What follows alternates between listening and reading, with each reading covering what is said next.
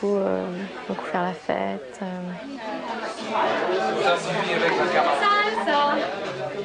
Critically, it's not just those close to Jerry who dismissed the German claim of suicide.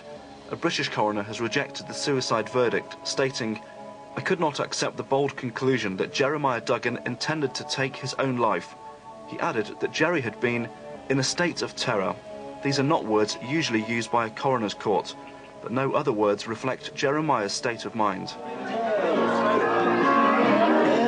For Jerry to have died in a state of terror when just days earlier he'd appeared happy and healthy throws the spotlight on the group whose conference he'd been at in Germany, the Schiller Institute. The testimony of a Metropolitan Police detective to the coroner is revealing. It does appear to be quite a sinister organisation. It did appear quite frightening, really, especially for impressionable young people. It's impossible to say what happened at the conference in Wiesbaden. No one will speak, not the Institute or others who attended. But Aglaia Bayes-Colliers may be able to shed some light, a member of the Schiller Institute for some 16 years. She left the group in the early 90s, but only now is willing to talk about her experiences. People tend to be drawn into it who did not want to be drawn into it, who did not want to join a cult or a sect or something like that. Such was the psychological duress, including so-called psycho sessions, that Aglaia recalls how she and others fell apart at conferences. I was freaked out, and I experienced that other people freaked out. I saw members who got out of their mind, yeah, who suddenly, one woman who suddenly painted only circles at the blackboard, yeah, and behaved like 2 years old. What happened to Jerry at the conference, how he could have reacted, we simply don't know. But his mother feels that he might have been placed under additional pressure when it emerged he was Jewish. Just after his death, she says a member of the Schiller Institute told her that Jerry had stood up and declared his religion when challenging something being said at the conference.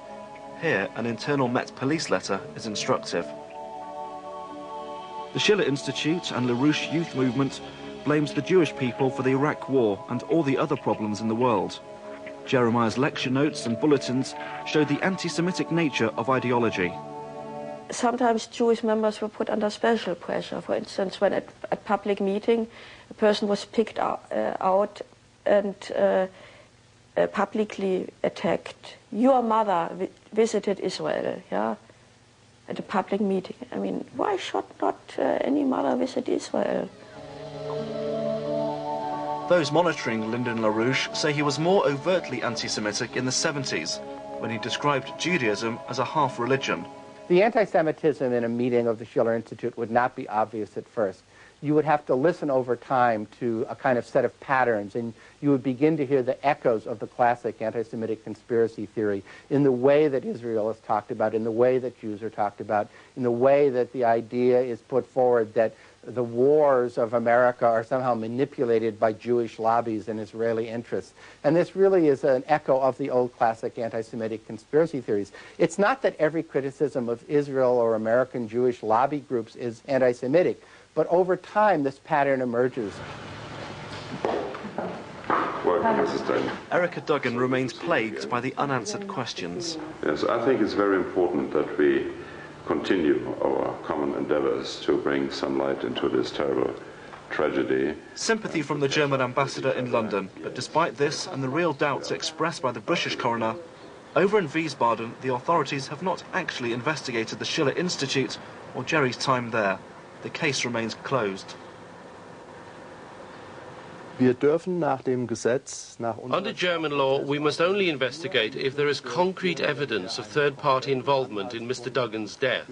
We have no evidence whatsoever. As far as we know, the Schiller Institute has simply been mentioned because he attended an event there. But we don't know any more. To turn a normal young man with his future in front of him and plans for the future and every kind of love for life, to suddenly turn into a terrified young man who's running away 5 or 4 kilometers in the middle of the night, supposed to be running away. What causes that? You can't just close the door on it and say it's suicide. you know that you are not giving any comment. Okay, bye-bye. No answers from the group that brought Jerry to Germany. Senior members of the Schiller Institute in Wiesbaden refused to speak. At their magazine offices, the secrecy prevails. For his part, Lyndon LaRouche called Jerry's death a hoax constructed by supporters of Tony Blair and Dick Cheney. Report from Tim Samuels.